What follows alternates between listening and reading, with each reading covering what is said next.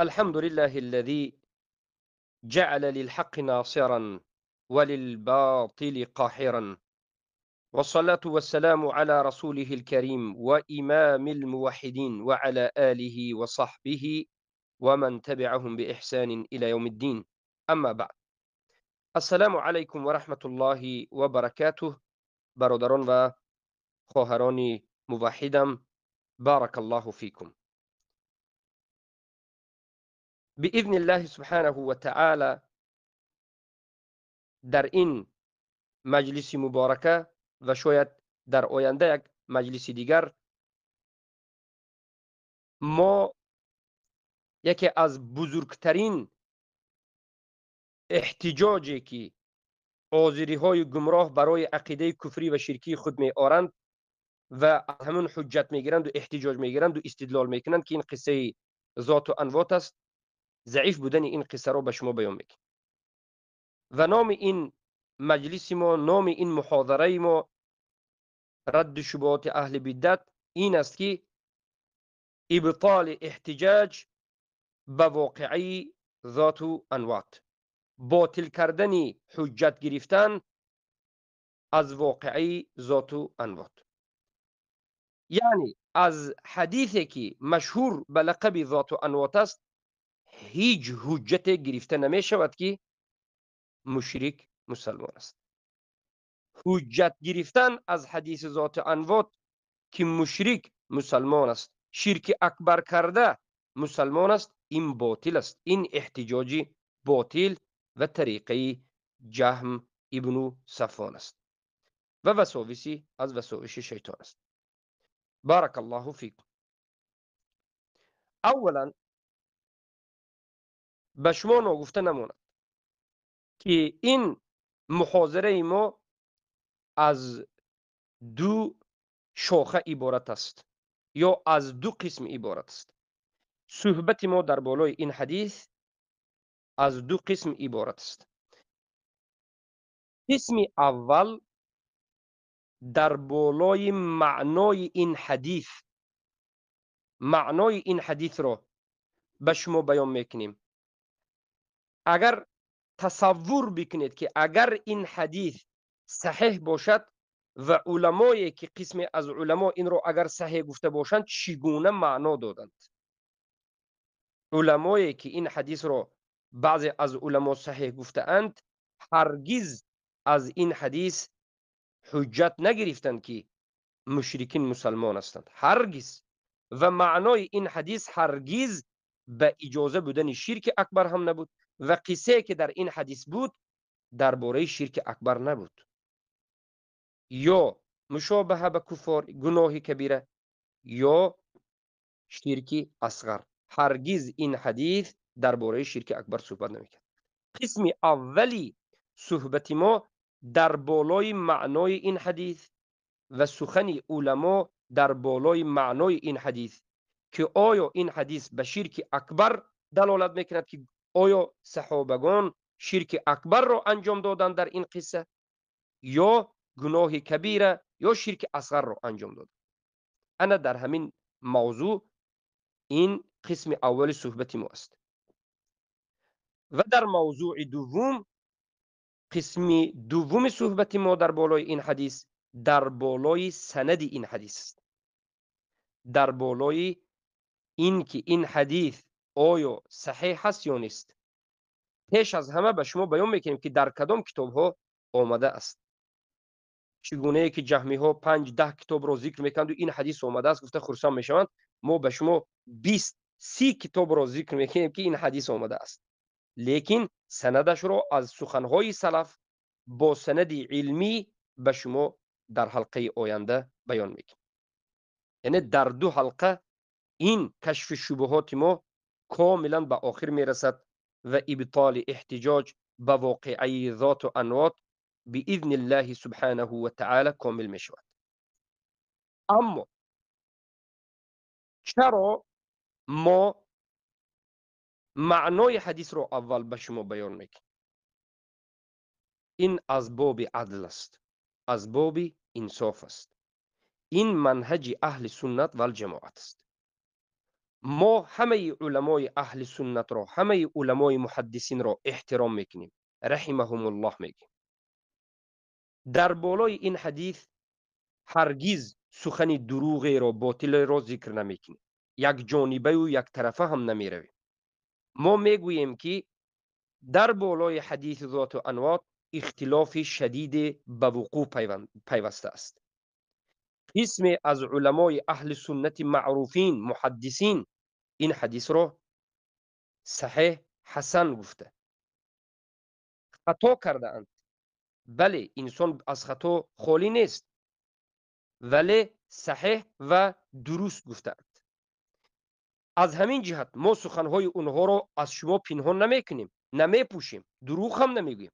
ما میگوییم بله، علمای هستند که حسن و صحیح گفته و اولین اونها امام الترمذی است. وقتی که انا همین حدیث ذات و انوات را در سنن ترمذی، در سننشون ذکر میکنن، میگن حسن و صحیح است. انا کنون امام الترمذی وقتی که این حدیث رو صحیح گفتند و یا ده ها علمای دیگر که این حدیث رو همچون صحیح ذکر کرده اگر باشند، آیا به فهمی که آذری ها امروز میفهمند آنها همچنین فهمیدند؟ نه، نه. آذری ها امروز این حدیث را حجت می آورد که کسی که شرک اکبر بکند هم یک آدم معین شرک اکبر و کفر اکبر کرده را تکفیر کرده نمی شود. کسی که استغاثه از قبر کند، طلب منفعت رو از قبر طلب کند، از الله نه، از قبر طلب بکند که به من فایده بده، دفع مضرت رو، مرا شفا ده، بلا رو از سر من دور کن رو از قبر طلب کند، از الله نه. حاضر ها میگن که مسلمان است. دلیل انا همین حدیث رو میارم و میگویند که این حدیث رو امام ترمذی صحیح کرده. مردم عادی فکر میکند که گویا که امام ترمذی این حدیث را صحیح کرده باشد، از این میبرد که امام ترمذی هم عذری بود میفهمد. نه والله، این یک تدلیس و منافقت عذری های زمانه هست. حدیث را صحیح کردن یا صحیح گفتن دیگر چیز است، از این حجت گرفتن به یک مسئله دیگر چیز است. بسیار حدیث های صحیح است که از این حدیث های صحیح که بخاری مسلم روایت کردند صحیح 100% است. اهل بدعت به کفر و شرک حجت میگیرند. ما میگوییم که دلیل صحیح است، روایت صحیح است، ولیکن استدلال باطل است، ولیکن فهم شما، حجت گرفتن شما از انا همین دلیل، استدلال، طلب دلیل کردن شما باطل است. دلیل صحیح باشد هم فهم شما باطل است. امروز بعض مستشرقین ملحدین برای اسلام را انکار کردن آیات های قرآن دلیل میآورد، احادیث رسول الله دلیل میآورد. آیا این اثبات می شود به یک دلیل آورده مستشرق ملحد که گویا اسلام اعوذ بالله یگان چیزی وهمی باشد و مسلمان ها در دین نباشند؟ نه، دلیل بله آیت قرآن است، دلیل صحیح است. اگر آیت قرآن باشد، حدیث اگر حدیث صحیح باشد صحیح است، اما فهمی که اینها می آورند باطل است. پس یکمین منهج این است که در بالای حدیث ذات انوات و بالعموم منهج اهل سنت، اگر یک حدیث را صحیح گویید هم این معناش این نیست که هر فهم باطلی که در بالای این حدیث است صحیح باشد. حدیث دلیل گفته می شود، اما فهم حدیث حجت و استدلال گفته می شود که فهمی که گرفته می شود در بعض حالات خطا، در بعض حالات باطل، در بعض حالات دروغ و هر خیل شدنش ممکن است. انا کنون بار دیگر به نقطه اساسی باز میگردیم. علمایی که این حدیث ذات و انوات را صحیح گفته اند، هرگز یگان نفری اونها نگفته اند که صحابگان به شرک اکبر واقع شدند و پیامبر صلی الله علیه و سلم آنها را عذر دادند به جهل و آنها را باز مسلمان همیشه حکم کردند. هرگز به شرک اکبر واقع شده ها را مشرک نگفتند. یعنی عذر بالجهل وجود دارد. به همین معنا سخنی را از علمای اهل سنت آشکار و واضح یا حتی به کنایه هم نگفتند، بجز عاذری های زمانه، بجز عاذری های عصر. حتی اشعری و ماتریدی گذشته این سخن را نگفته است. این تاریخی حجت گرفتن ذات و انوات برای مسلمان گفتن مشرک، انمین تاریخی عصر است. انمین عصر است. تاریخی این حدیث را به شرک اکبر بردن، صحابگان را مشرک گفتن، پیامبر را عاذری گفتن، این تاریخی جهمی های زمانه ما است. پیداشش انمی قریب است. از این حدیث این چنین هیچ کسی حجت نگرفته. این چنین حجت گرفتن، استدلال گرفتن نزد به همین قریبی شده است. لیکن الحمدلله که علما این چیز را بیان کردن. چرا هیچ کسی از این حدیث مسئله بارک الله فیکم عذر بالجهل را حجت نگرفت؟ برادر عزیزم، زیرا که اصل دین اسلام این عبادت الله سبحانه و تعالی. اصل دین اسلام همین است و ترک کردن عبادت غیر الله است سبحانه و تعالی. چیزی که شیخ الاسلام ابن تیمیه رحمه الله بیان کرده که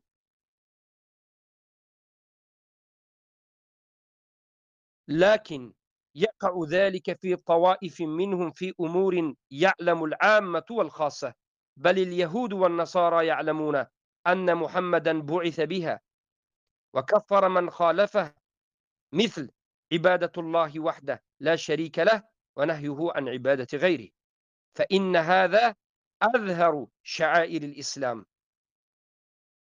بارك الله فيكم. ابا بطین رحمه الله در زیر این سخن میگویند که فإن هذا من أظهر شعائر الإسلام او اصل من اصول الدين. اصل من اصول الدين. اصل اصول های دین چی است؟ انا من یگانه عبادت کردن الله و چیزی را به الله سبحانه و تعالی شریک قرار ندادن. انا همین است لا اله الا الله، که معنایش لا معبود بحق الا الله است.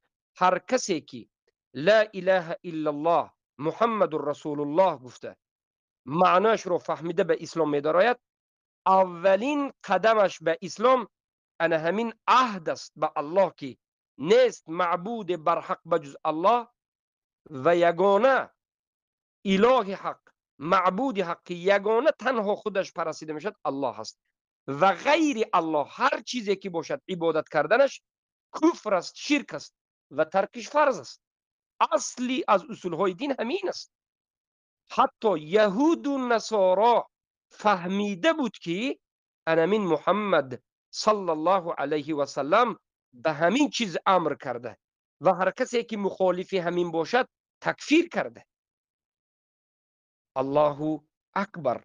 خیلی که بارک الله فیکم در کتاب الرسائل والمسائل مجله یکم صفحه 657 شیخ ابا بطین رحمه الله بیان کردند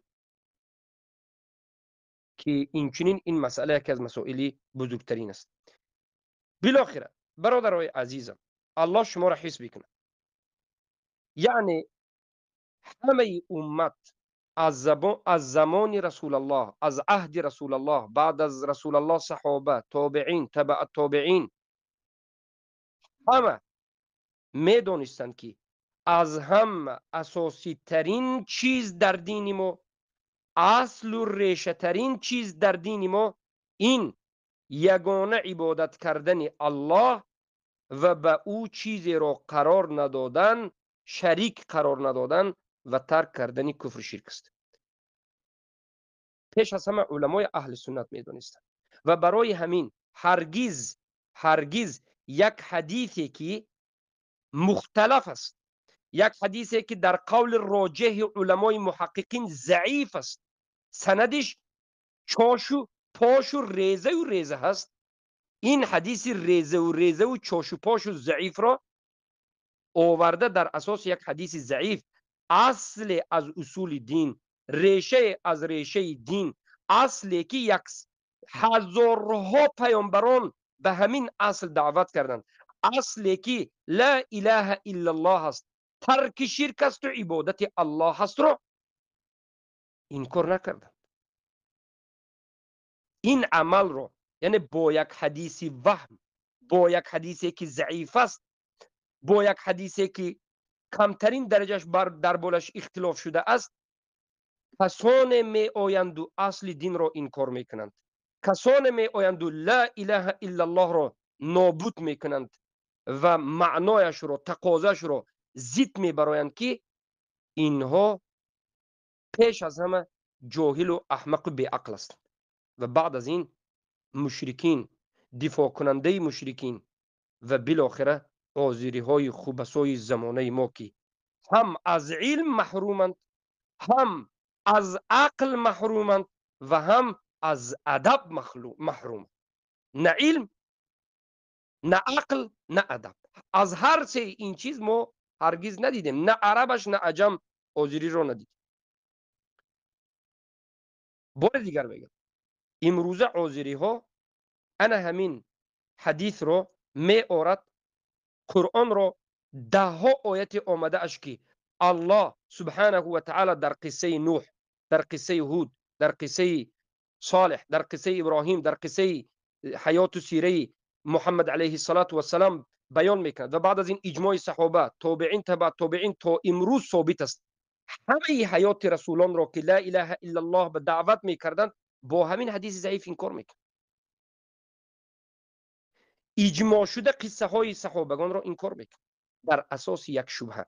انا همین را میگویند که و زین لهم الشیطان اعمالهم.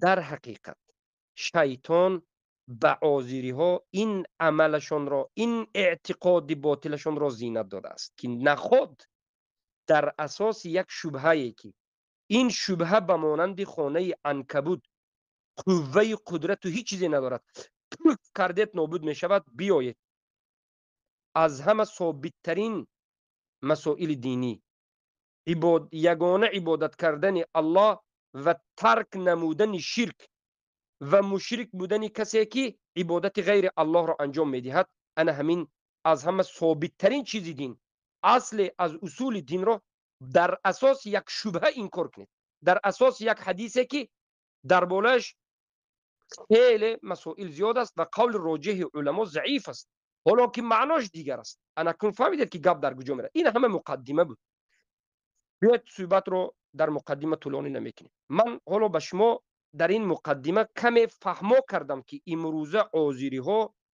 چیکار کرده ایستاده. انا همین حدیث رو هم معنایش رو که علما فهمیده نمیفهمند، معناش رو دیگر کردند، هم سندش که ضعیف است صحیح میگویند و در اساس یک حدیثی ضعیف معنایش رو تمام امت دیگر گفته، لیکن آزیری اومده دیگر میگوید. یگان نفر از علما شرک اکبر نگفتن، آزیری ها شرک اکبر میگد. قرآن رو، سنت رو، پیامبر رو، صحابه رو و همه انبیا رو انکار میکرد. لا اله الا الله رو، دلالتش رو انکار میکرد در اساس همین حدیث. آیا ممکن است؟ ممکن نیست. برای چی؟ برای اینکه علمای اهل سنت و الجماعه در مسئله دلیل و استدلال، در مسئله ثابت کردن یک مسئله یا انکار کردن یکی از مسائل بزرگ اینقدر نازک بین بودند، زیرا که این دین است. اگر در مسائل اصول خطا کردی مشرک میشوی، چگونه که آزری ها مشرک شدن از سبب جهل و خطا. علمای اهل سنت اینقدر احتیاط میشدند که یک علمی را نوشتند. نویسنده این امام شافعی است. این علم اصول فقه است. هزارها کتاب و علما در این باب نوشتند و بیان کردند. در علم اصول فقه قاعده های چگونه حجت گرفتن وجود دارد، چگونه حجت میگیریم، چگونه کدام دلیل حجت گرفتنش ممکن است، کدام دلیل می شود قوی گفته می شود، کدام دلیل درست است که در مسائل اختلافی حجت گفته شود، از او دلیل گرفته شود و کدام دلیل ها در مسائل اختلافی حجت گرفتنش درست نیست از وی. علمای اهل سنت و الجماعت گفتند. خوب دقت بدهید برادر عزیز، منهج دلیلگیری، منهج حجتگیری از یک دلیل فهمید. علما گفتند که الدلیل اذا تطرق عليه احتمال بطل منه الاستدلال. دلیل چی؟ یک حدیث. دلیل اولا قرآن، بعد از این دلیل سنت. یعنی دو دلیل داریم. یا کسانی که میگن که بله ما هم میگیم اجماع، که اجماع هم در اساس قرآن و سنت است. بالاخره قرآن گفتی، سنت گفتی، اجماع رو هم گفتی که در اجماع در اساس قرآن و سنت است و بیرون از قرآن و سنت اجماع نمیشد. اگر به هر یک دلیل، علما گفتند الدلیل اذا تطرق علیه الاحتمال، دلیل هنگامی که به بالای دلیل احتمال می آید، از این دلیل حجت گرفتن باطل می شود. یک دلیل که شما آورده در اساس همین دلیل می خواهید که یک چیزی را اثبات بکنید، یک چیزی دیگری را انکار بکنید، در اساس همین دلیل می خواهید که دیگرها را گمراه بگویید و خودتون را ثابت بکنید. اگر همین دلیل شما در بالش احتمال وجود داشته باشد، این کاری که شما میکنید باطل است، زیرا که از این دلیل شما آورده حجت گرفتن باطل است در رد و در انکار یا در اثبات در مسائل اختلافی. برای چی؟ برای که دلیل شما احتمالی است. قسمی از علما صحیح گفته، قسم بسیاری از علمای محققین اثبات کرده 100% که ضعیف است. احتمال در سند. حدیثی که اکثر امت، محققین این امت ضعیف گفته و قسم صحیح گفته، آیا می شود که در اساس همین حدیثی که علما صحیح گفته و ضعیف گفته احتمال وجود دارد، بیایی لا اله الا الله را در اساس همین حدیث انکار کنی؟ ناممکن است. ناممکن است. برای آنکه دلیل احتمالی است، اما چیزی که تو میخواهی انکار کنی قطعی است، 100% است. چیزی 100% اگر انکار کردنی باشی، قطعی را انکار کردنی باشی، با دلیل قطعی 100% انکار میکنی. قطعی را با ظنی، با احتمالی انکار کردن، این منهجی انا همین رافضه ها، منهجی انا همین جهمی ها، عازری های خوبسوی مشرکین است. ثانیا، اگر مثلا آیت قرآن باشد، هیچ کس هم ضعیف گفته نمیتواند، کسی که قرآن ضعیف میگه کافر است. آیت قرآن دلیل باشد یا حدیث سه دلیل باشد، لیکن فهم علما در بالای حدیث به دو قسم تقسیم شود.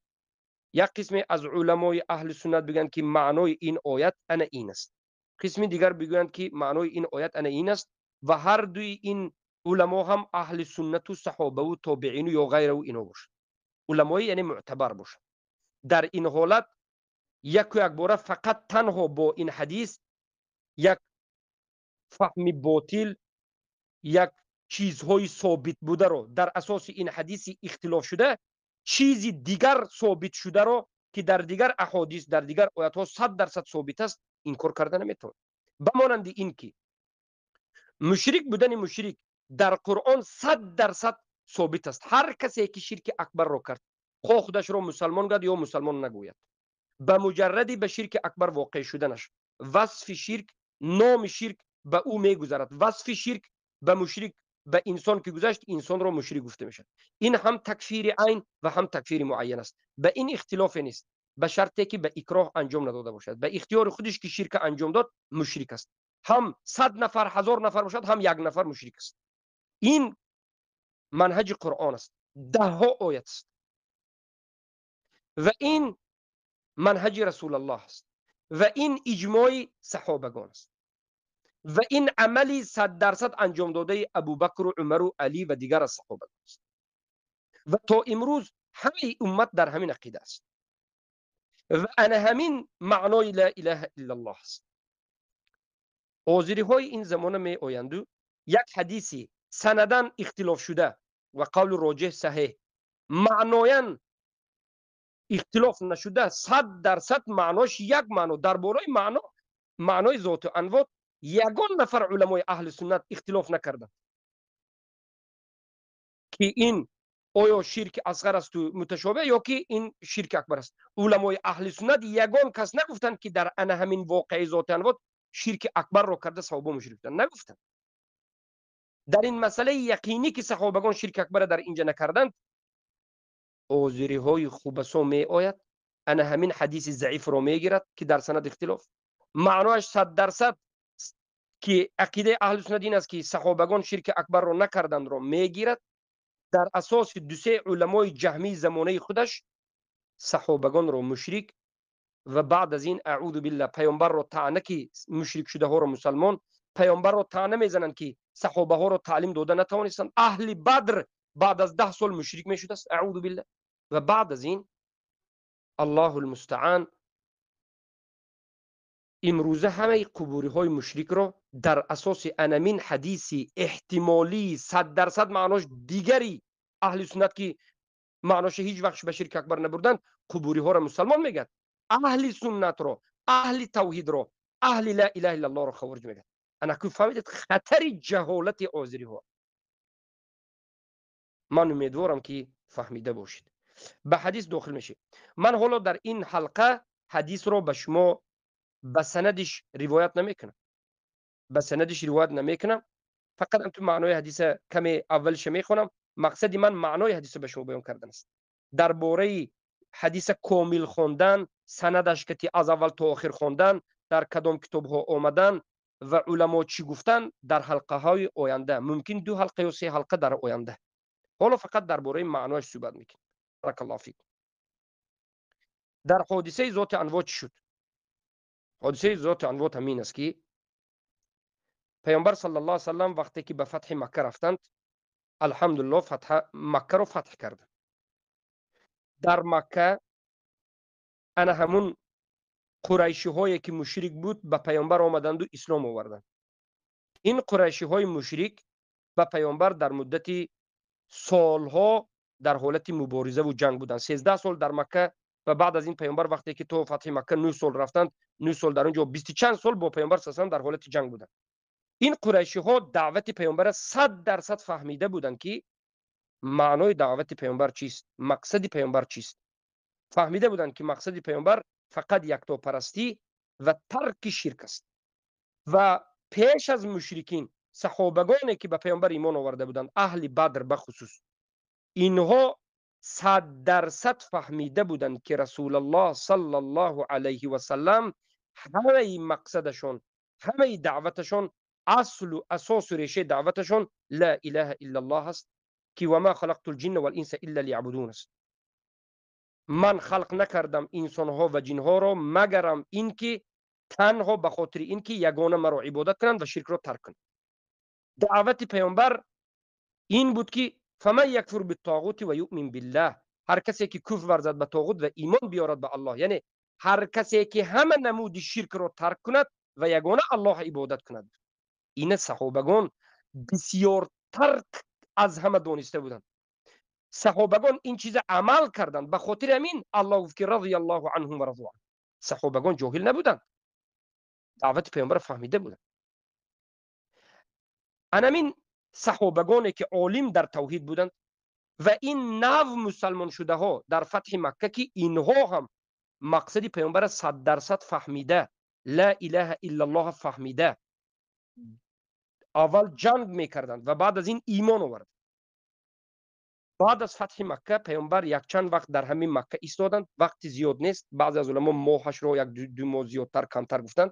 بعد از این که اهل مکه رو تعلیم دادند و اینجا ضد شرک و کفر مبارزه بردند، بت ها رو شکستند، 360 بت که صنمی که بود شکستند، خیلی مبارزه شدید به مشرکین بردند و به یک چند مشرک ها رو قاپیدند و دستگیر کردند، بعضش کشته شد، بعضش فرار کرد. همه صنم ها رو، بت ها رو شکستند. بالاخره رسول الله صلی الله علیه و سلم چیکار کردند؟ با انا بگویم بارک الله فیکم، به ذات و انوات، انا قصه ذات و انوات شروع شد که رسول الله صلی الله علیه و سلم حرکت کردند برای فتح دیگر. حرکت کردند برای فتح دیگر. این فتح دیگر خیلی فتح بود. این فتح دیگر بارک الله فیکم برای کشودن فتح کردن طائف، همون طائفی که پیامبر وقتی که در مکه زندگی میکردند از در بین قریش بودند، پیش از هجرت به مدینه برای دعوت کردن اهل مکه رفتند، به مکه رفتند. از مکه بگوییم از مکه بر آمدند به طائف که مکه و طائف بینش 80 کیلومتر است. پیامبر از مکه بر آمدند به طائف رفته دعوت کردند. اهل طائف پیامبر را صلی الله علیه و سلم قبول نکردند و پیامبر را بالاخره طعنه زدند، استهزا کردند که پیامبر را حتی به سنگ زدند و به خون گرفتار کردند و کشیدند. از همه روزی سختترین هم بگن پیامبر همون روزی بود که اهل طائف مرا اذیت و آزار داده بودند. به مادر من عایشه رضی الله عنها. بعد از فتح مکه پیامبر دوم مراتبه به طرف با طائف به دعوت اهل طائف، اما این دفعه به لشکر. دفعه اول تنها رفتند، اما بعد از یک چند سال، بعد از 10 سال زیادتر، دفعه دوم به هزارها از صحابه که در بعضی روایت 12,000 صحابه راه ببرند. انکو صحابه ها خیلی عددشون زیاد، مسلمان ها خیلی عددشون زیاد، از مکه بر اومدن خیر رفته ایستاده بودند به طرف طائف که در همون راه یک درخت بزرگی را گویا صحابگان دیدند. معنای حدیث همین است. یک درخت بزرگی را دیدند و به پیامبر گفتند که یا رسول الله اجعل لنا ذات انوات کما لهم ذات انوات. ای رسول الله، ای رسول الله صلی الله علیه و سلم، به ما ذات انوات، انا همین درخت کلانی که هست ما دیدیم خیلی درخت بزرگ زیبا است، انا همین رو یک درخت قرار بده که ذات و انوات باشد. ذات و انوات چی معنا؟ انا همین درخت به ما یراقهای خود رو، کمان، شمشیر، نیزه، چیزهای انمون سلاح خود آویزان بکنیم و این درخت گویا که برکه بدهد. به دو معنا، سبب برکه شود یا برکه بدهد. اگر به معنای این بگیرید که همین درخت خودش به ما برکه بدهد گوید، یعنی این درخت اله گرفتند و این شرک اکبر است. اما صحابه ها در اینجا نگفتند که به پیامبر این درخت رو به ما یعنی اله قرار ده که ما این درخت رفته چیکار کنیم؟ برکه رو از خودی درخت طلب کنیم، از الله نه. البته عذری ها به همین معنی میفهمد که صحابگان گویا پیامبر رو گفته باشند که همین درخت به مانند اله قرار ده که همین درخت به ما برکه بدهد، به شمشیر ما، به این اسلحه ما خودی درخت برکه بدهد. آیا غیر از الله کسی برکه داده میتواند؟ نمیتواند. هر کسی اعتقاد بکند که غیر از الله درخت سنگ برکه میدهد، تو را قوی میکند، البته که اعوذ بالله این شرک اکبر است. آذری ها میگوید که صحابگان در ان همینجا پیامبر را گفتند که ای پیامبر به ما همین درخت اله قرار ده که ما رویم از درخت برکه طلب کنیم که درخت خودش به ما برکه بدهد، الله نه، درخت. آیا همین چیز مناسب شاگردان رسول الله هست؟ آیا همین سخن رو یگان نفر از علما از سلف صالح سر کرد تا امروز گفته است که صحابه میکنه کردن؟ نه، یگان نفر نگفته. بلکه در اینجا علما گفتند که صحابگان از پیامبر گفتند که به ما این درخت رو قرار بده که سبب برکه باشد، یعنی الله اجازه بدهد که به همین درخت شمشیر، نیزه، کمان، یراقهای خود آویزان بکنیم، الله به واسطه این درخت به این اسلحه ما برکه بدهد.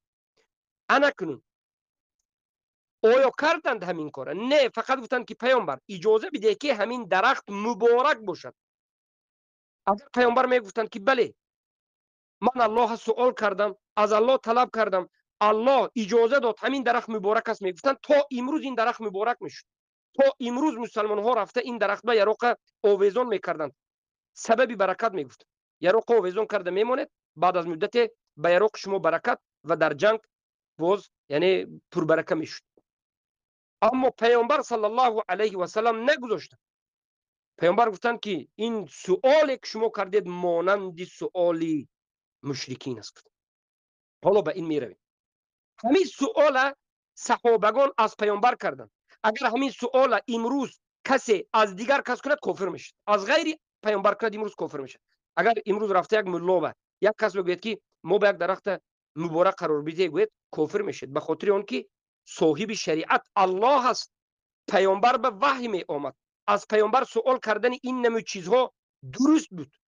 از پیامبر درست بود که سوال بکنی که پیامبر این چیزا ما به اجازت بدید، این کنید اون کنید. اگر پیامبر این کار نکرده بله جایز است میگفتن جایز میشد. اما امروز هیچ کس حق ندارد بعد از رسول الله، بعد از وفات رسول الله صلی الله علیه و سلم که در شریعت یگان چیزی که جایز نبود جایز گوید.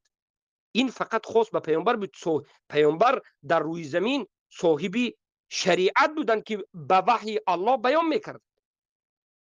اما کنون صحابگان از یک آدم بیگانه رفته سوال نکردند که کافر شوند. اعوذ بالله.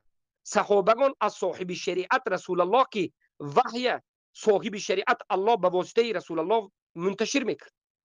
صحابگان رفته از جای لازمی سوال کردند، خطا نکردند، از پیامبر سوال کردند. گفتند که ای پیامبر اگر ممکن باشد انا همین درخت سببی مبارک شده یعنی سببی برکت قرار بدید که به این درخت اگر ما اسلحه را آویزان کنیم اسلحه ما به سبب درخت الله به اسلحه ما برکت بدید. نگفتند که خودی درخت اله قرار دهید. چرا نگفتند؟ حالا ما سخنهای علما را ذکر میکنیم در آینده هم در اینجا هم که برای اون که این صحابه ها میدانستند که اگر همین درخت رو خودش رو برکت دهنده آزاد مستقل برکت دهنده الله نه خودی درخت برکت دهنده گوید این اله بودنش همه میدونست. مشرکین قریش به پیامبر صلی الله علیه و سلم مدت 20 سال مبارزه که کردند به خاطر همین بود که مستقل یک چیزی رو صاحب قدرت میگفتند، صاحب برکت دادن میگفتند. این درخت به مانند این درخت مشرکین هم داشتند که به مانند این درخت مشرکین هم یک درخت داشتند که اونها نیز مشرکین پیش از اسلام آوردنشون به همین درخت یراقهای خود آویزان میکردند. در این حاضر حدیث شرح میدیم. زیرا که صحابگان گفتند که یا رسول الله اجعل لنا ذات انوات کما لهم ذات انوات، یعنی چگونه که مشرکین ذات انوات دارد به ما هم ذات انوات کن. صحابگان در سوال کردند درخت را مانند درخت مشرکین کردند، اما عمل را مانند عمل مشرکین نکردند. نگفتند که 100% به مانند مشرکین ما هم کار را بکنیم، اما عذرا میگن که نه اینها 100% به مانند مشرکین طلب کردند که ما اینا از سخنهای علما انکار میکنیم که فقط این در سوال کردن تشبیه بود. درختی که مشرکین به واسطه همون درخت مشرک شده بودند، اما سوالی که صحابگان کردند دیگر بود. از کدام جانب است؟ انا کو ببینید مشرکین هم درخت داشت چخیلی که در این حدیث اومده است، اما مشرکین این درخت را خودش را مبارک میگفت. الله به سبب این درخت به ما برکه میدهد نمیگفتند.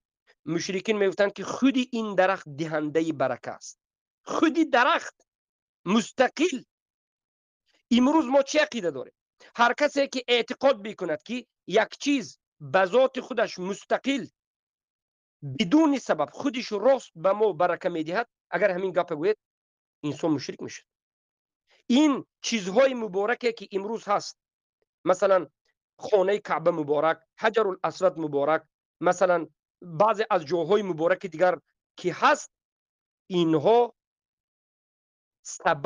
سبب مبارک، اینها را کی مبارک قرار داد؟ الله. اینها به ذات خودش به تو برکه داده نمیتواند. الله اینها را سببی برکه قرار داده است. 100% خودش برکه داده نمیتواند. جایهای مبارکه که امروز هست یا چیزهای مبارکه که امروز در شریعت هست، این را الله مبارک گفته. اگر یک چیز رو کسی بگوید که نه این خودیش راست به ما هر وقت برکه میدهد، برکه دهنده کی است؟ تنها برکه دهنده الله است. اگر کسی بیاد بگوید که نه غیر از الله هم یک چیز دیگر 100% برکه میدهد، این اعوذ بالله به شرک واقع شد، به شرک اکبر واقع شد. یکی از خصوصیت الله رو به غیر الله داخل کرد.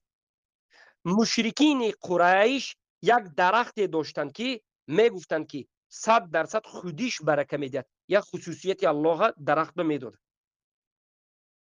صحابگان گفتند که به ما درخت رو پیامبر بده که به مانند درخت مشرکین باشد. مانند کردند، درختی طلب کردهشون به مانند درخت مشرکین.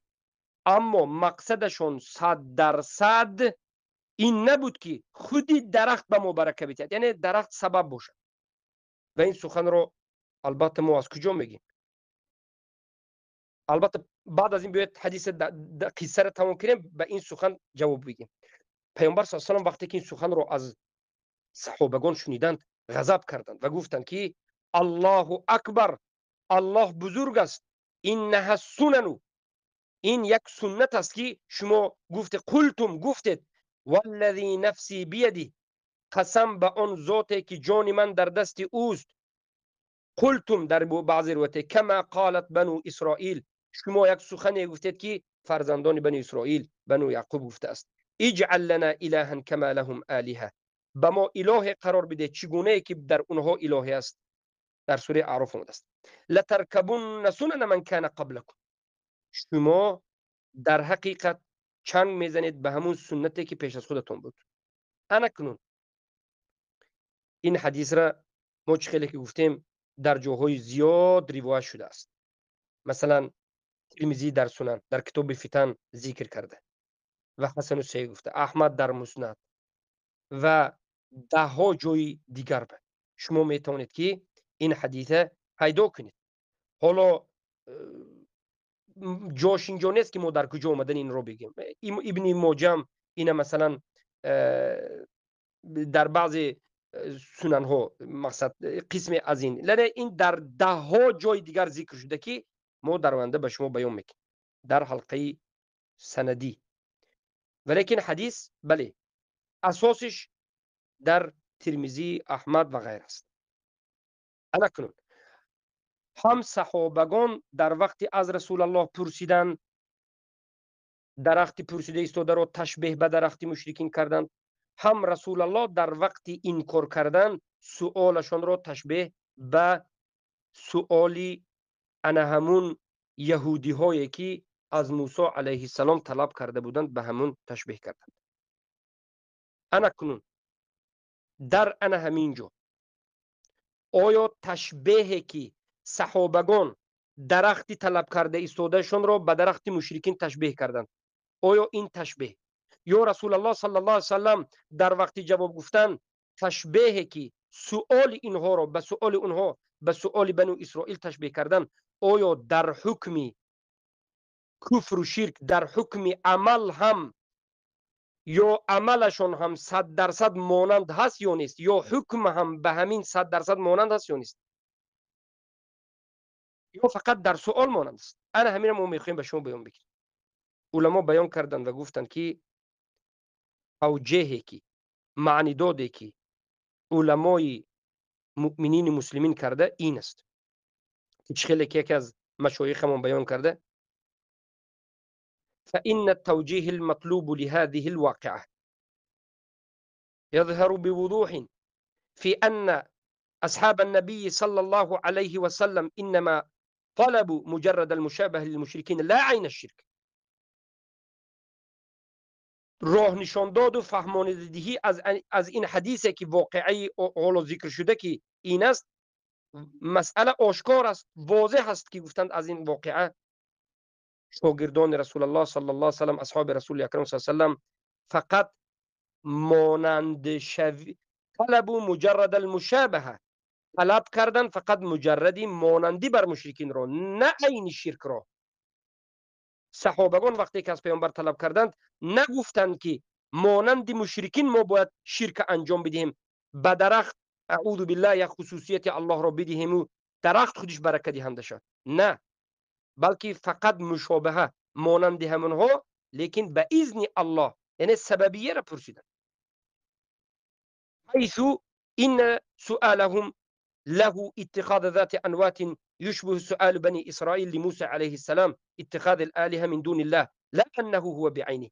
این چنین سؤالی که کردند، انا همین سؤالشون که ذات و انوات رو به ما قرار بده، یک درخت رو قرار بده، مانند سؤال بنی اسرائیل است که به موسی گفتند، نه این که عین سؤال باشد.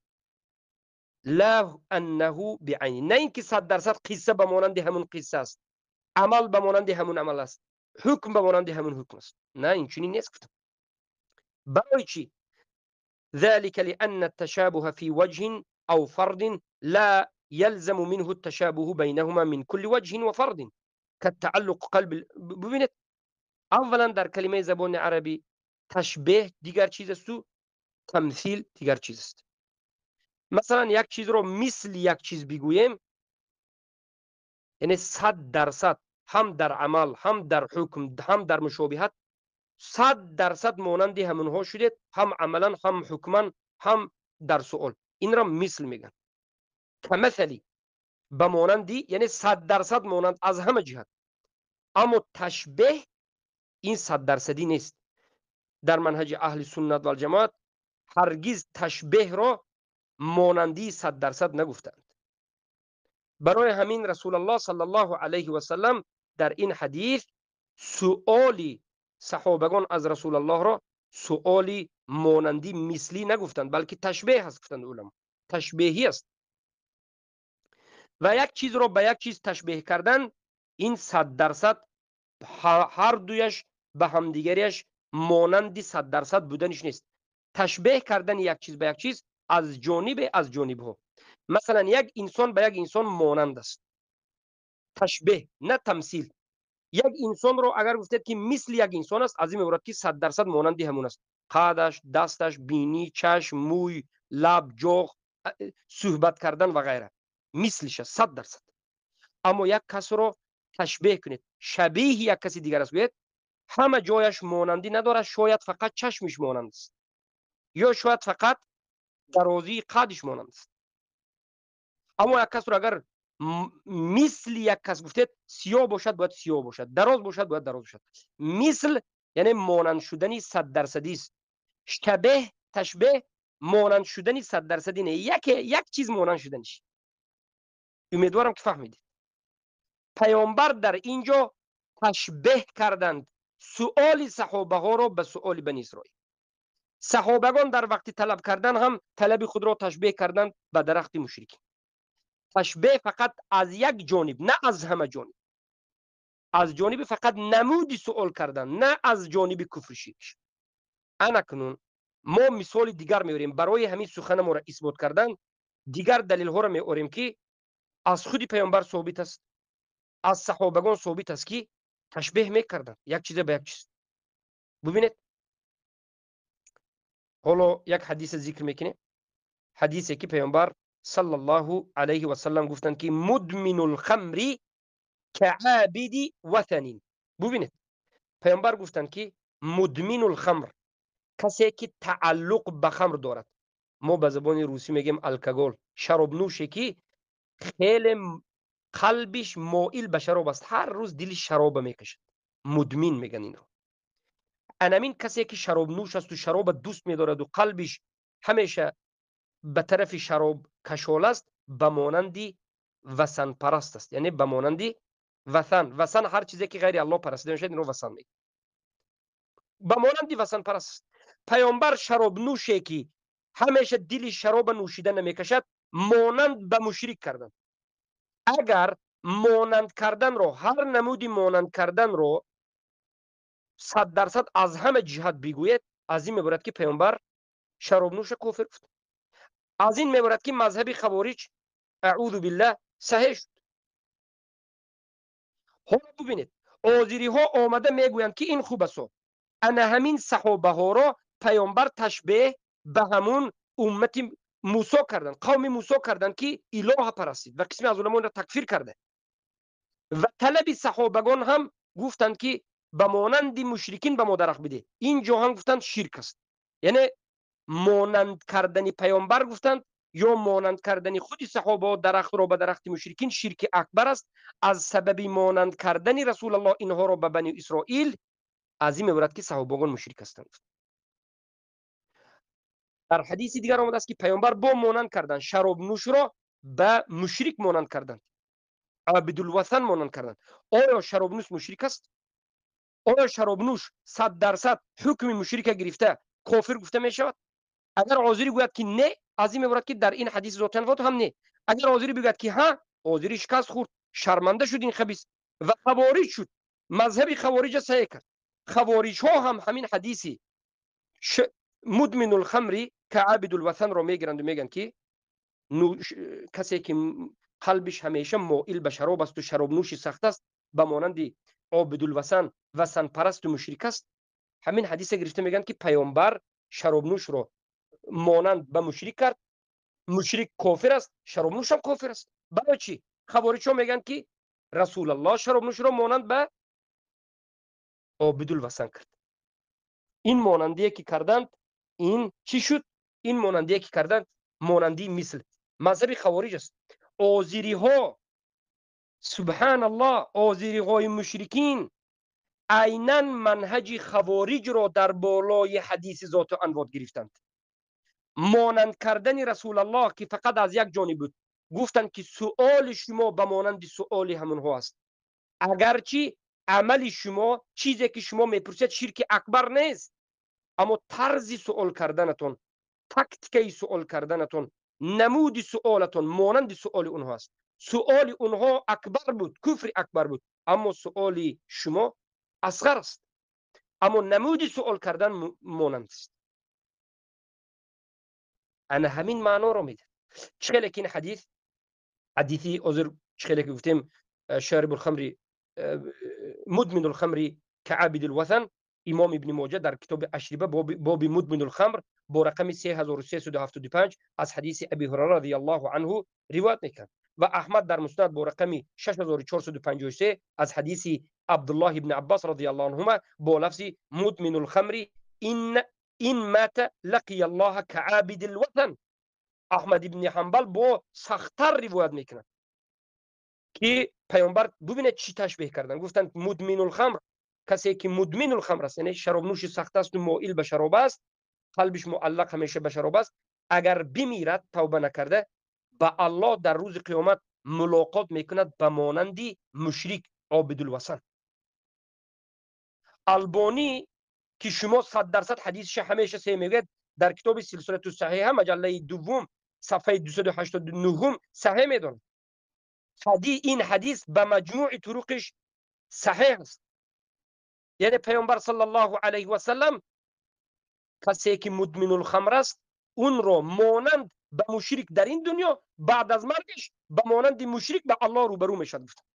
اگر بگویی که بله این مانندی درست است، چه که ذات انوات را گفتی، تو خوارج خبیث عاذری خوارج است، منهج خوارجی است، پس عرق نوش کافر گفتی، عرق نوش مشرک گفتی.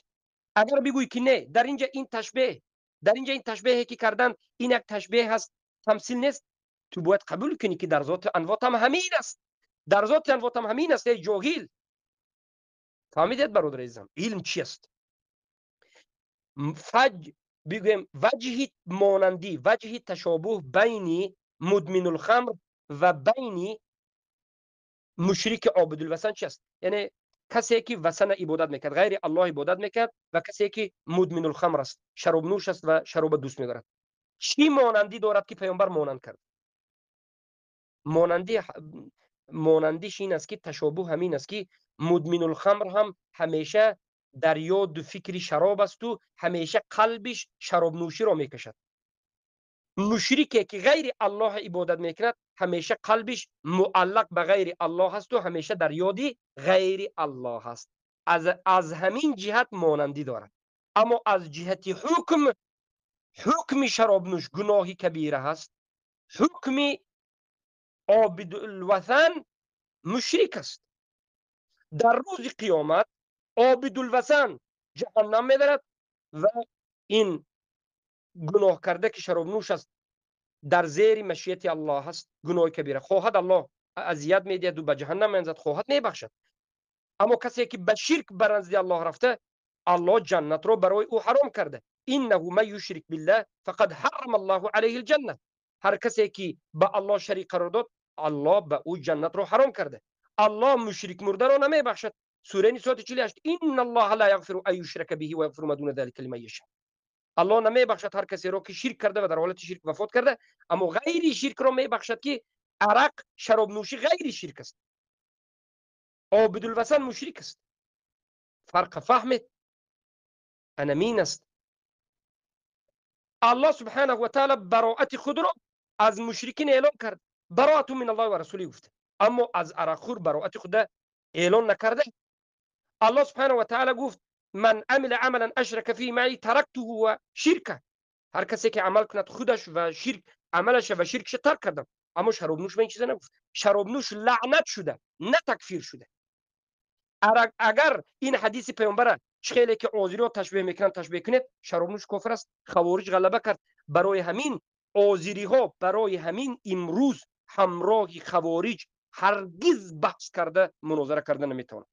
خوارج ها اگر با عذری ها بحث مناظره کنند، در همین مسئله بحث کنند، باور بکنید عذری را مابین 5 دقیقه به شکست میتید. خوارج عذری 5 دقیقه به شکست میتید.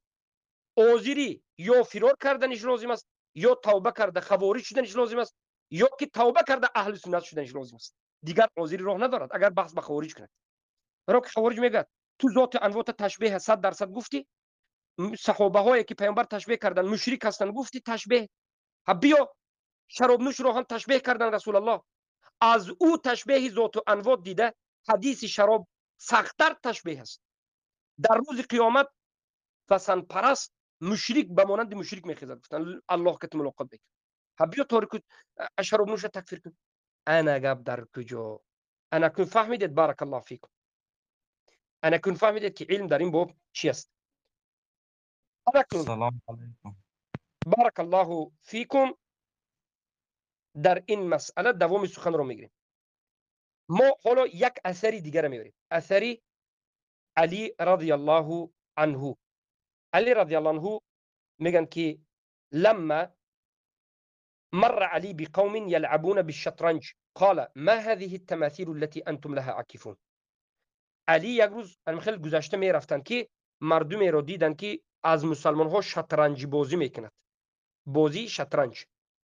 بعضی اون نرده گفتن یا که این رو قول صحیح همین است که این شخمت است. ما در زبان خودمون در لهجه خودمون شخمت میگیم. شخمت. شطرنج بازی میکردند. حضرت علی این شطرنج بازها رو دیدند، گفتند که این تمثال هایی که تماثیل یعنی انا همون هیکل هایی که در گردش نشسته عاکفون، این چی است؟ یعنی در اینجا ببینید علما میگن فشبههم بالعاکفین علی التماثیل. حضرت علی شطرنج بازها رو تشبیه کردند، مانند کردند به همون مشرکینی که عاکفین حلقه زده می نشستند در گرد بت‌هایش. چیزی که در قرآن ذکر شده در قصه ابراهیم علیه السلام که مشرکین در گرد بت‌هایشان به اعتکاف می نشستند، یعنی عاکفین همیشه حلقه زده می نشستند. حضرت علی تشبیه کردند، مسلمان ها را تشبیه به مشرکین کردند. اگر تشبیه را 100% بگوید گویا حضرت علی شطرنج بازها را تکفیر کرد. نه این خیلی نیست. این خیلی نیست. این تشبیه است. این یک مانند کردن، یعنی نشستن شما به مانند نشستن مشرکین است، ولی شما مسلمان هستید، مشرکین است. این روایت حضرت علی رضی الله عنه را شما نظر بکنید در کتاب بیهقی در سنن الکبری مجله 10 صفحه 355، شعب الایمان مجله 5 صفحه 241 از ان الاصبغی ابن نبات ان علی رضی الله عنه روایت شده است که امام بیهقی در سننش روایت میکنه. و ابن ابي الدنيا در ذم الملاهي صفحه 44 روایت میکرد از طریق میسر ابن حبیب. و این اثر را ابن تیمیه در کتاب مجموع الفتاوی مجله 32 صفحه 244 روایت کرده، میگه که ثابت است و صححه ابن القیم. این روایت رو ابن القیم صحیح میگه در کتاب الفروسیه 310 صفحه. بارک الله فیکم. و ابن رجب هم در کتاب جامع العلوم و الحکم ذکر میکنه. اما انا کد دیدید که تشبیه بود، این یک چیز معمولی بود. هر یک نمودی مانند کردن این کفر اکبر یا شرک اکبر گفته نمیشه. انا کن الشوکانی میگوید که سخن شوکانی در کتاب نیل الاوطار تفسیر مجله دهم صفحه 129 آمده است. شوکانی در همین در زیر همین تشبیه ذکر کرده میگوید که بارک الله فیکم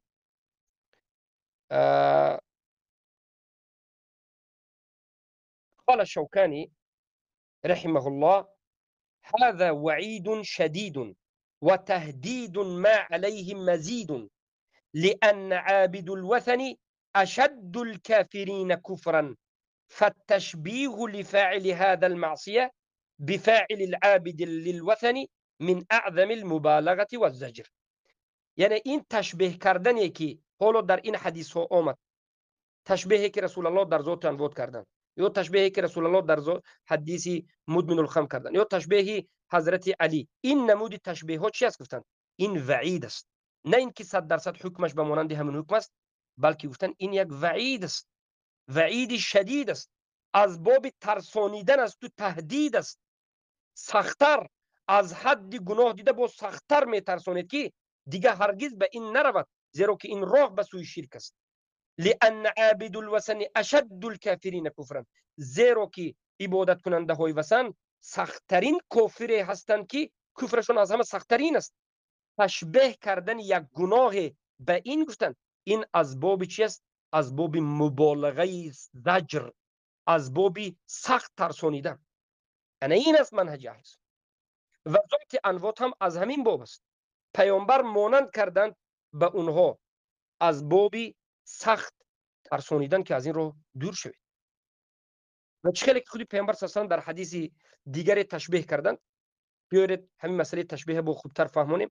این حدیث امام البخاری در کتاب مواقیت الصلاه باب فضل صلاه العصر با رقم 554 و امام مسلم در باب مشاهد مواضع الصلاه با رقم 633 از حدیث جریر بن عبدالله رضی الله عنه روایت میکنند که رسول الله صلی الله علیه و سلم در اینجا بیان کردند که اما انکم سترون ربکم کما ترون هذا القمر. اما گفتند شما الله را زود است که میبینید، ربتون را زود است که میبینید چگونه که انا این ماهتاب را دیده ایستید. پیامبر در اینجا تشبیه کردن قمر را به کی؟ یا الله را به قمر، یا قمر را به الله بگید. تشبیه کرد. آیا الله مانند انمین ماهتاب است یا ماهتاب مانند الله است؟ اعوذ بالله. اگر به مذهب جهمی مرجعه ها که فهمشون در باب حدیث ذات انوات است فهمید که گویا پیامبر صحابگان را مانند به امت موسی کردن، اونها کافر شده بودند، پس این صحابگان هم کافر هستند زیرا که پیامبر تشبیه کردن میگوید، پس در اینجا پیامبر الله را تشبیه به قمر کرد. حالا که الله سبحانه و تعالی میگه که لیس کمثلی شیء و هو السمیع البصیر، مانند الله هیچ چیزی نیست. در اینجا ابن ابی العز حنفی رحمه الله در زیر انا همین مثلا میگه که وليس تشبيه رؤية الله تعالى برؤية الشمس والقمر تشبيها لله، بل هو تشبيه الرؤية بالرؤية لا تشبيه المرء بالمرء. ببینید اینجا تشبیهی که رسول الله صلی الله علیه و سلم دادند، این تشبیه خودی الله به ماهتاب نیست، بلکه اینجا تشبیه دیدن شما هست. دیدن شما ماهتاب رو، شما چه خیل ماهتاب رو میبینید، همون همین خیل آزاد دیده سیم، پس انا همین خیل آزاد با همین چشمهایتون که الله آماده میکنه در روز آخرت الله هم میبینید. انا کو فهمیدید؟ علما میفهمند که تشبیه پیامبر به کجا ربط دارد. در اینجا گفتند که ای جهلایی که این حدیث بعضی ها ضعیف گفته انکار کردند، اگرچه متفق علیه هست، به خاطر اینکه به عقلشون نآمد، گفتند که الله به ماهتاب تشبیه کردن حدیث باطل است، گفتند این مذهب مجسمه ها است، گفتند جهمی های خوب است. لیکن حدیث صحیح است، متفق علیه است. در اینجا پیامبر الله را به ماهتاب تشبیه نکردند. دیدن شما ماهتاب را چگونه باشد همان گونه الله را میبینید. دیدن را، مرئی را، دیدن را تشبیه کرد. با این دلیل ها ما انکنون به شما در حدیث ذات انوات میگوییم که رسول الله صلی الله علیه و سلم وقتی که به این صحابگان گفتند که شما چگونه که بنو اسرائیل طلب کردید گفتند، این تشبیهشون تشبیه حکمی عملی 100% نبود. تشبیه فقط سوال، طرز نمود سوال شما به مانند سوال اونها است. اما سوال اونها کفر اکبر بود، سوال شما این مشابهت است، فقط ماننده است. از همین جهت ابن تیمیه گفتند که صحابگان فقط در سوال کردن مانند به مشرکین شدند. از همین جهت پیامبر سخت گرفتند و گناهی کبیره کردند صحابگان، زیرا که سوال کردنشون مانند بود، تشبیه بود. و قسم این را شرک اصغر گفتند، هیچ کسی شرک اکبر. و این چنین وقتی که صحابگان درختشون را کما لهم ذات انوات به مانند درخت مشرکین مانند کردند، مانندی نمود بود، ظاهری بود، نه مانندی اعتقادی عملی حکمی 100%. یعنی به مانند درخت منها که آویزان میکنم، ما هم یک درخت داشته باشیم آویزان کنیم، اما اونها از خود درخت بلکه میطلبند، برکه میطلبند، خود درخت را اله کردند و کافر شدند. ما این درخت رو سبب میگوییم، الله این درخت خودش سبب بیتید گفتند. انا چیز مشرکین گفتند که صاحب برکت خود درخت است، مسلمین گفتند که صاحب برکت الله است، لیکن درخت اجازه بدهد که سبب شد. فرق وجود داشت از تشبیه. انا همین است. انا کنون علما گفتند بارك الله فيكم ولذلك لم يطلب القوم الشرك الاكبر یقینا.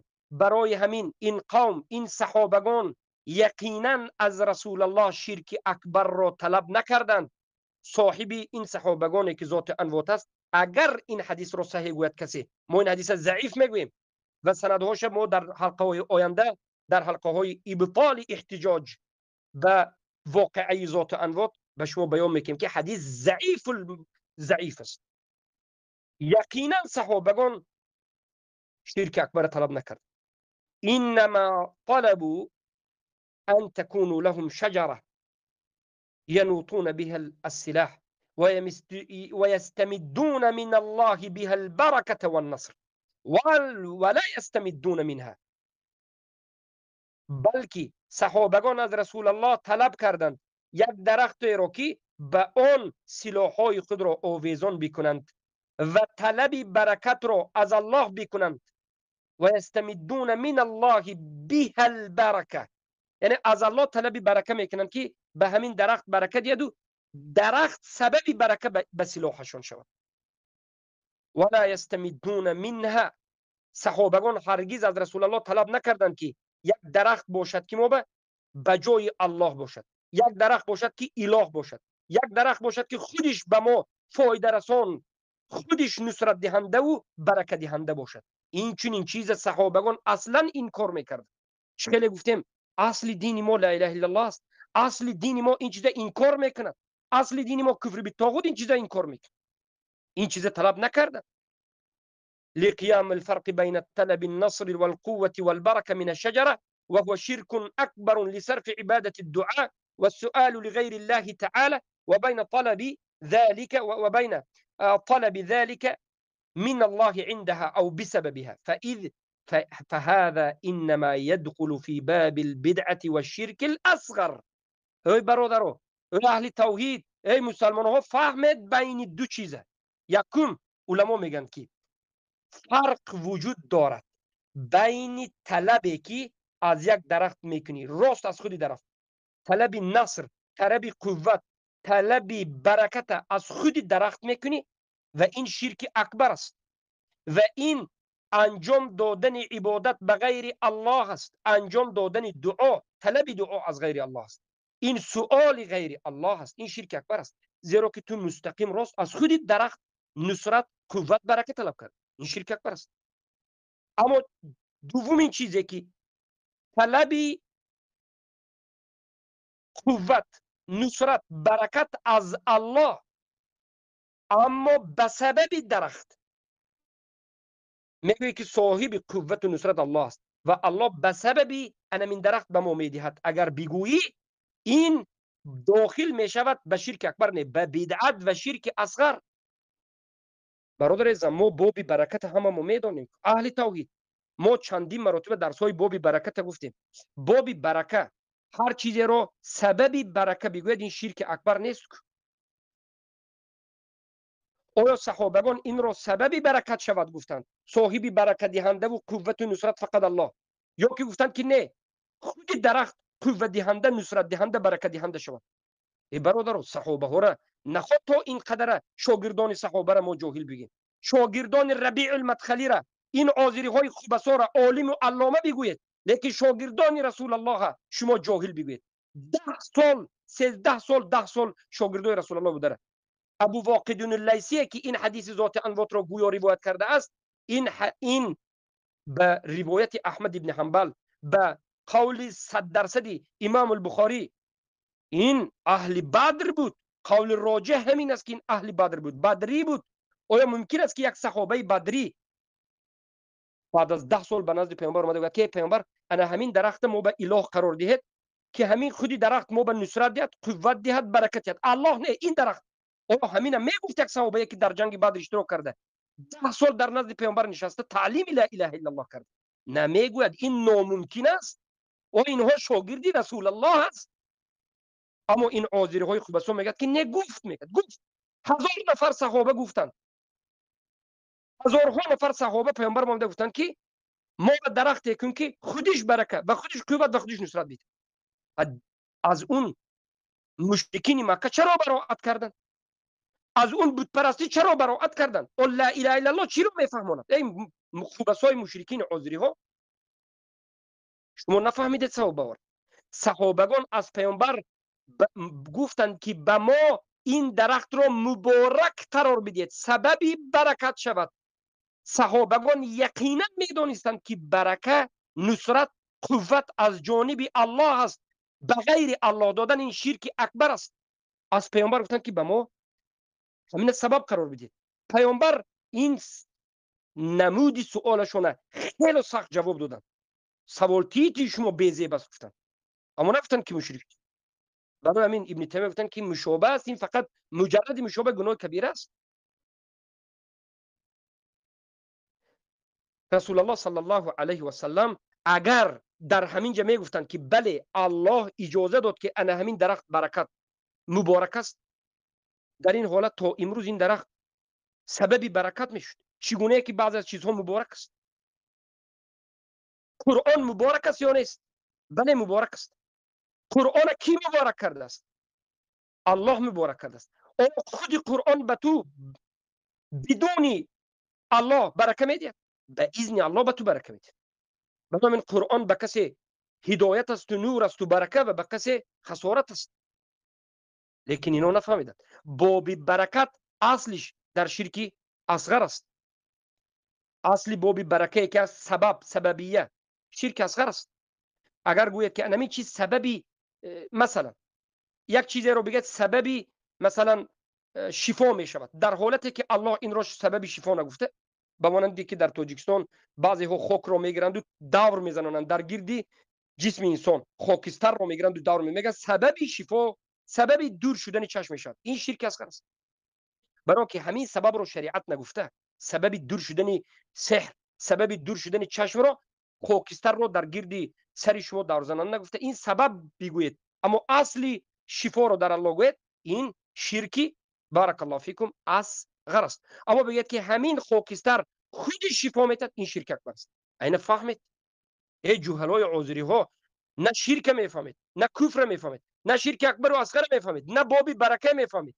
خوبسا مذهبشون به مانند مذهب خوارج است. پس دوامش گوش بکنید. این یکم فرق بود. فرقی یک چیزنده خودش برکه میتد، قوت میتد، نصرت میدهد بگید این درخت، اگر بگید این شرک اکبر است. اما بگید که این سبب است، بگید این شرک اصغر است. در دوامش این یکم فرق. دوم فرق وبين طلب ذلك من الله عندها وبسبب فهذا إنما يدخل في بدعة والشرك الأصغر فشأنه كما يعبد الله وحده لا شريك له عند القبور فهذا موحد لم يشرك بالله غيره. یعنی هر کسی که یک برکه رو غیر الله، یک برکه رو بگیرد، یک چیز رو سبب برکه بگوید لیکن اصلی برکه از الله هست، قوت دهنده نصرت دهنده الله هست بگد، این به مانند یک موحدی هست که در نزد قبر الله عبادت کرد، قبر نپرست، در نزد قبر الله عبادت کرد. موحد است لیکن بدعت انجام داد.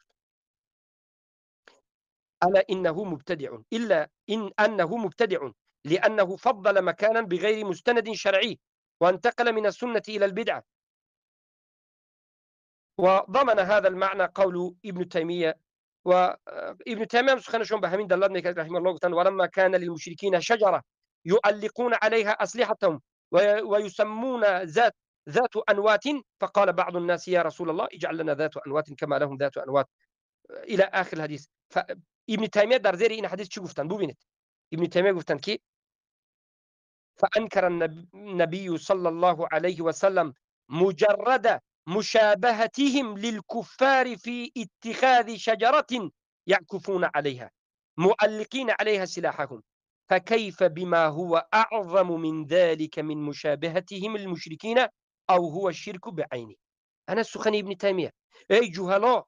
ابن تيمية گفتن که رسول الله مجردی مشابهت مانندشوی به کفار را در انا همین گرفتنی عکوف گرفتن این درخت و آویزان کردن این سلاح این کار کردند. پس گفتن چی رسد از این بزرگتره، چی رسد از این بزرگتر چیزها مانند شدن به مشرکین در شرک یا عین شرک انجام دادن. یعنی اینجا صحابگان در عین شرک، در انجام دادن شرک اکبر به مشرکین مانند نشدند. در اینجا صحابگان عین شرک انجام ندادند، بلکه فقط همین سوال کردنشون مانند بود. چیزی که طلبیدن به مانند مشرکا به مانند کردن که مشرکا درخت با آویزان میکرد، ما هم آویزان کنیم. مشرکا این است ما هم کنیم. اما گفتن که برکه از الله باشد، مشرکین برکه از درخت. انا ابن تیمیه رحمه الله گفته است. انا که در دوامش ابن تیمیه رحمه الله گفتن که فمن قصد بقعة يرجو الخير بقصدها ولم تستحب الشريعة ذلك فهو من المنكرات وبعضه أشد من بعض. هر کسی که قصد کند بقعه را، یک قطعه زمینی را و از این جا یک امید خیری بکند، قصد خیری بکند، در حالتی که شریعت این جا را یک جای خیر دهنده یا قصد خیر قرار نداده، شریعت این عمل اجازت یا مستحب نکرده، یک جای را شریعت نگفته که رفته از اینجا قصد خیر کنید، الله به واسطه همین جا به شما خیر میدهد نگفته است، لیکن انسان ها کرد این کار. در این حالت از این عمل منکرات است و بعضش سختتر از بعض دیگرش هست. سواء كانت البقعة شجرا او عین ماء او قناة جاریه او جبلا او مغاراتا. این بقعه این جایی که انسان رفته از همینجا تبرک میجوید، اگر گوید که الله همینجا را مبارک کرده است، من از همینجا رفته تبرک میجویم، اما اصل برکه در دست الله هست و قوت و نصرت دهنده الله هست بگوید. فرقی ندارد که این جایی که رفت یک درخت همین چنین بگوید، یا یک چشمه، یا یک جای دیگره، یا یک کوه، یا یک غور، یک جایی را انا همچنین فکر کند، اما اصل نصرت قوه از الله گوید. این گفتند یک منکرات است. همین جای رفته قصد کرده نماز خواند، یا در همین جا رفته دعا کردن دعاش برکت، دعاش قبول میشد بگوید، یا در همین جا رفته قرائت کردن قرآن فضیلت زیاد بگوید، یا در همین جا رفته ذکر کردن خوب است بگوید، بحيث يخص تلك البقعة بنوع من العباده. انا همچنین جای به یگان نمود عبادت خاص داند، در حالتی که لم یشرع تخصیص تلك البقعة به لا عینا ولا نوعا، در حالتی که شریعت اینجا را یک جای برکدار نه از نظر حکم و عین نه از نظر نوع گفته است. این شرک اکبر نکرد، گفتند این انسان منکرات رو کرد، یک بدعت انجام داد. به مانند اینکه کسی امروز به عمره و حج می رود، غار حرا رفته فکر میکرد که اینجا نماز خواندن برکت دارد، نماز میخواد، همینجا دعا کردن قبول میشد و این اون میگه، اونا که شریعت نگفته انا همین جا را برکه حس میکنه. در غار حرا، غار ثور، این منطقه رو منطقه مبارک فکر میکنه. نماز خواند فکر میکرد که اجرش زیاد است، دعا کند فکر میکرد که دعاش زود قبول میشد. این از منکرات است، زیرا که این از باب چی است؟ طلب کردن برکه از جایی که الله اونها رو برکه نداده است.